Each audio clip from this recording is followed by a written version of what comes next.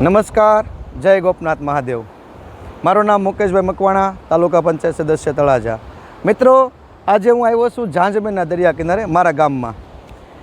આ વિડીયો બનાવવાનો મુખ્ય હેતુ એ છે કે હું જે વિડીયો શેર કરું છું એ વિડીયોમાં એવું કહેવા માગું છું કે આ જે મારા વિસ્તારનો એટલે કે મારા ગામનો જે દરિયાકાંઠો છે, આજે અત્યારે હું જે દરિયાકાંઠે છું એ દરિયાકાંઠો એટલો સુંદર અને નયનરમ્ય સ્થળ છે।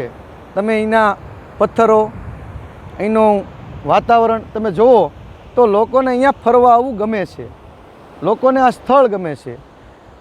અહીંયા જો સરકાર ધારે તો ટુરિઝમ વિકસે કેમ છે, ફરવાલાયક એક સ્થળ બને એમ છે। જો સરકાર આ ક્ષેત્ર ઉપર ધ્યાન આપવામાં આવે તો અહીંના લોકો જે માઇગ્રેશન કરે છે, અહીંના લોકો કમાવા માટે જે બહાર જાય છે, અહીંના લોકોને કપાસ વીણવા અને શેરડી કાપવા સુરત અને એમ જુદા જુદા ક્ષેત્રોમાં જવું પડે છે, એમ જો આ ક્ષેત્રને વિકસાવવામાં આવે, જો આ પ્રવાસન સ્થળને વિકસાવવામાં આવે તો લોકોને અહીંયા રોજગારી પ્રાપ્ત થઈ શકે એમ છે। પરંતુ તમે જાણો છો કે હું જે વિડીયા બનાવું છું એ વિડીયામાં તમને ખ્યાલ જ હશે કે મારા વિસ્તારના જે રાજકીય હોદ્દેદારો છે, રાજકીય પદ લઈને બેઠા છે, જે સત્તામાં બેઠા છે, એને આવા કોઈ બાબતનું ધ્યાન આવતું નથી, આવા કોઈ બાબતે એને ધ્યાન આવતું નથી। એટલે કે એ લોકો માત્ર પોતાનું અને ટૂંકમાં એના પક્ષનું અને પોતાનું જ સારું કરવા ઈચ્છે છે, એને રોજગારી સાથે કે પછી પોતાના વિસ્તારના સ્થળને વિકસાવવા માટે કોઈ જવાબદારી છે નહીં। હું આ વિડીયો થકી લોકો અને યુવાનોને જાગૃત કરવા માગું છું કે કાંઠા વિસ્તારમાં આવું સુંદર નયનરમ્ય સ્થળ છે।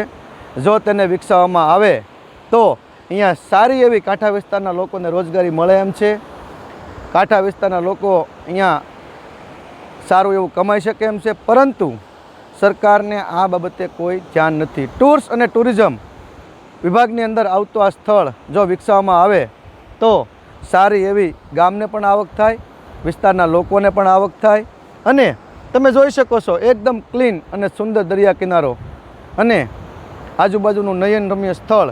અહીંયા લોકો રવિવારે એમ આવે પણ છે, ફરવા પણ આવે છે, અને બાજુમાં ગોપનાથ મહાદેવનું બહુ પૌરાણિક જૂનું ધામ છે, બાજુમાં મસ્તરામ ધારા એક સંતનું સ્થળ છે, મારા ગામના પૂજ્ય સંત છે મસ્તરામ બાપા, એમનું આ ગામ છે।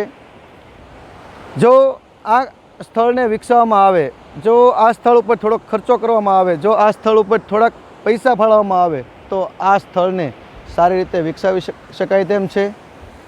તમે એવું કહેશો કોમેન્ટમાં કે ગ્રામ પંચાયત થકી આ બધું, પણ ગ્રામ પંચાયત પાસે આયોજન બહુ ટૂંકું અને નાનું હોય છે।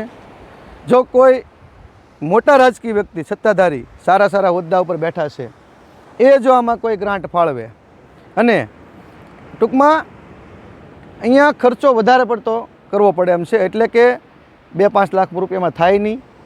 અહીંયા તો સારી એવી ગ્રાન્ટ ફાળવવી પડે અને આજુબાજુના જે રસ્તાઓ છે એને વ્યવસ્થિત પહોળા અને યોગ્ય માપના કરવા પડે તો જ આ બધું શક્ય બને।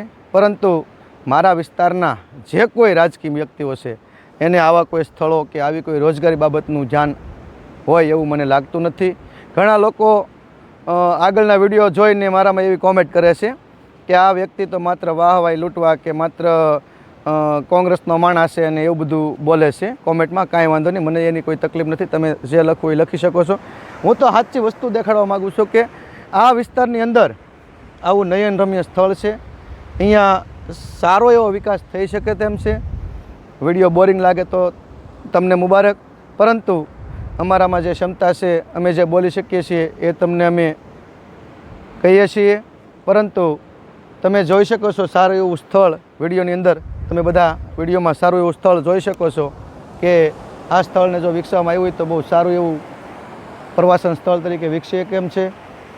એટલે ખાસ કોઈ એવો હેતુ નથી, પરંતુ રાજકીય સત્તાધારી લોકોને એક ટકોર છે કે જો તમે પોતાના વિસ્તારને વિકસાવવા માગતા હોય, રોજગારી લોકોને આપવા માગતા હોય તો આવા સુંદર મજાના સ્થળ ઉપર ધ્યાન આપો અને આ બાબતે સરકારમાં યોગ્ય રજૂઆત કરો। હું પણ તાલુકાનો સભ્ય છું, હું તો મારા લેટર પેડ ઉપર લખીને મોકલવાનો જ છું અને મોકલી પણ દીધું છે અગાઉ.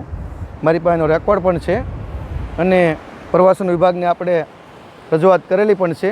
પરંતુ અમારા હોદ્દા એકદમ નાના પડે અને આવા નાના એવા હોદ્દાને ખાસ સરકાર મહત્ત્વ આપતી નથી હોતી. અને ખાસ પણ અમે પાછા વિપક્ષમાં, એટલે કે કોણ કે આ લોકો તો શું પોતાની વાહવાહીને પોતાનું કામ કરે, આવા વિસ્તારની અંદર કોઈને ધ્યાન આપવાનું યોગ્ય લાગતું નથી એવું મારા મતે દેખાઈ રહ્યું છે. બસ વધારે વાત નહીં કરતાં આપણે સુંદર દૃશ્યને જોઈશું. અસ્તુ, આભાર. જય ગોપનાથ મહાદેવ.